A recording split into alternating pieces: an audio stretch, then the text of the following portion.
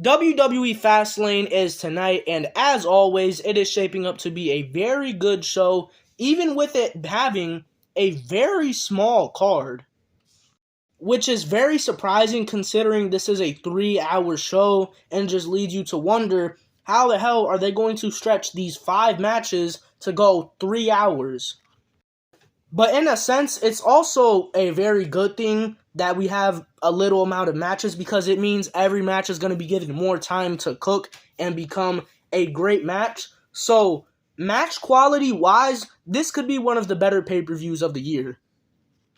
Still, I just feel like 5 matches is too little for a pay-per-view. I feel like 6 should be the bare minimum. They definitely could have added another match to this card, whether it was Gunther defending his IC title against Tommaso Ciampa, or Rhea Ripley just defending her title in general, but you know how WWE has been booking her title reign. Alright, I'm done yapping. Let's just get into this card. This is my Fastlane predictions. Let's get into it. Let's start off with Rey Mysterio, Santos Escobar, and mystery partner, the LWO, taking on Bobby Lashley and the Street Profits. So last night on SmackDown, the Street Profits took out the 2 other guys in the LWO. Pretty sure their names are Joaquin Wilde and Cruz del Toro. They got taken out by the Street Profits.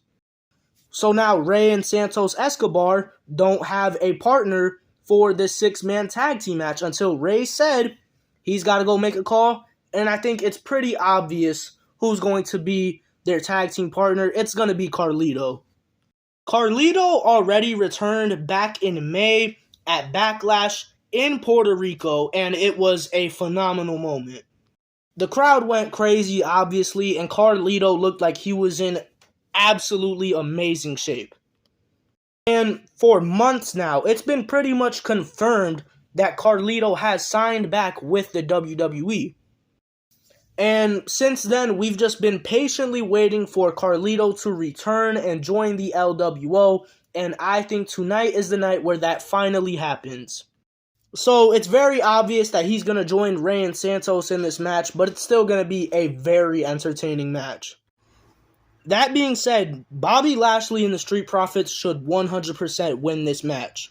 If WWE is trying to make them seem like a serious and legitimate faction, they should win this match tonight. This little group with Bobby and the Street Profits has some serious potential. They just need to be booked and treated right, but I trust Triple H to make the correct decision. Next up, we got a triple threat match between Io Sky, Asuka, and Charlotte Flair for the WWE Women's Championship. This could be one of the best women's matches of the year. We already saw a triple threat for the women's title back at SummerSlam when Asuka faced Bianca Belair and Charlotte Flair in that triple threat, and I had very high expectations for that match, and while it was still a pretty good match, it was a little disappointing. I have those same high expectations for this match right here. Hopefully this time it doesn't disappoint. Because if you give these 3 women to go out there with a good amount of time and just cook, they could make the best match of the night. That being said, who do I think is going to win this match? I'll say this, I think it is way too early in Io Sky's title reign for her to lose. She just won the title when she cashed in her Money in the Bank at SummerSlam, and for her to lose the title just 2 months later would be very disappointing. Now, I gotta say this, I am very happy that this is a triple threat match. One, because the match is obviously going to be very good, but it also makes me a lot more confident in my pick of Io retaining her title, because if it was just a singles match between Io Sky and Charlotte, I would be very, very concerned that they would have Charlotte beat her for the title. Thankfully, Asuka was added to the match to make it a triple threat, but I gotta be honest, I think the reason Asuka was added into the match was so Io could retain her title without having to pin Charlotte, because we know Charlotte is not going to be pinned on a B-level pay-per-view like Fastlane.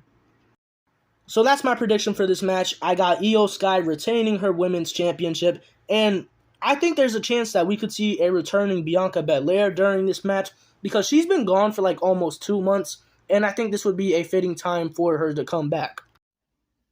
Then we've got Cody Rhodes and Jey Uso taking on Finn Balor and Damian Priest for the Undisputed Tag Team Championships.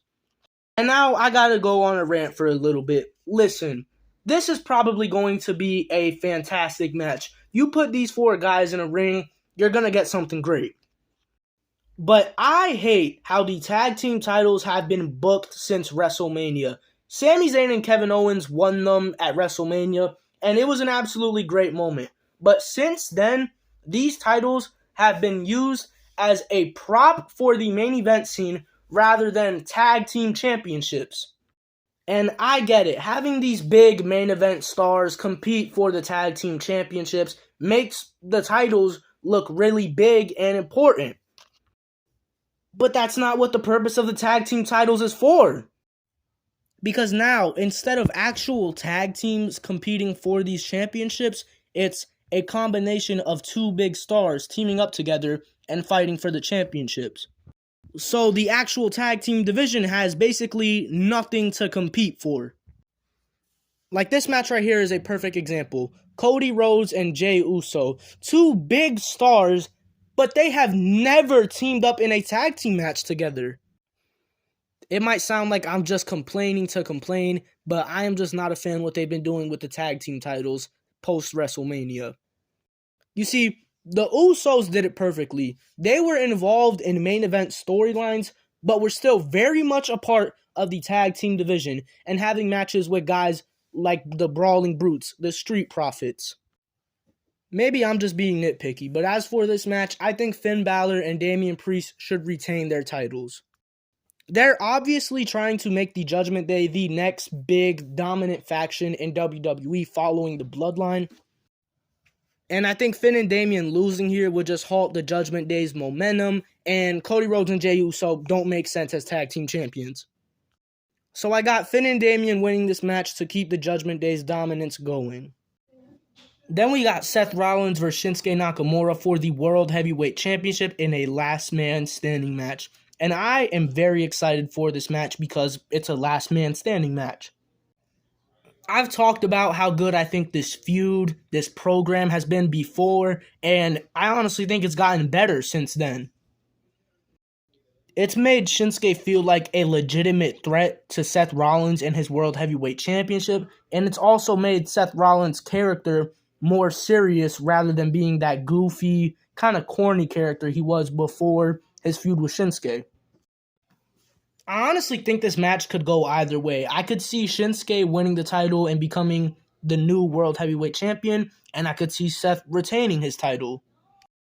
That being said, though, I think Seth is going to retain. Like I said, Shinsuke is a legitimate threat to Seth and his title, but I just don't think he is the guy that's going to take it off of Seth. I think Seth is going to lose his title to a guy like Drew McIntyre, Gunther, or to Damian Priest cashing in his Money in the Bank briefcase. Which brings me to my next point. If Seth Rollins wins this match, which I think he will, do I think Damian Priest is going to come out and cash in his Money in the Bank briefcase on Seth? I don't see it happening just yet. I really think they're trying to hold back on having Damian cash in and waiting till a later date to a bigger event like a Royal Rumble. I still think it's just a little too early, so no, I don't think Damian Priest is going to cash in, but it would make sense because Seth would be coming out of a last man standing match, but I personally don't think they're going to pull the trigger just yet. And then what's probably going to be the main event, John Cena and LA Knight taking on Jimmy Uso and Solo Sikoa. I don't see a world where John Cena and LA Knight lose this match. I really don't. You've got John Cena in his first match since he returned about a month ago. He's been putting a lot of people over in these past few years since he's become a part-timer. I think it's time for him to pick up a nice win. Also, a win over any member of the Bloodline would be monumental for LA Knight's push. So, it really makes all the sense in the world for John Cena and LA Knight to win this match, but it also makes a lot of sense for Jimmy and Solo to lose this match because Roman Reigns is returning after being gone for like 2 months this Friday on SmackDown. So if Jimmy and Solo lose, Roman's going to be pissed, and that's going to create a lot of opportunities to build a good story. So that's my prediction for this match. John Cena and LA Knight will come out with the W, and that's my Fastlane predictions as a whole. Absolutely looking forward to this event. Every match has potential to be a banger, and hopefully we got a few surprises thrown in there as well. But that's all I got to say. Peace.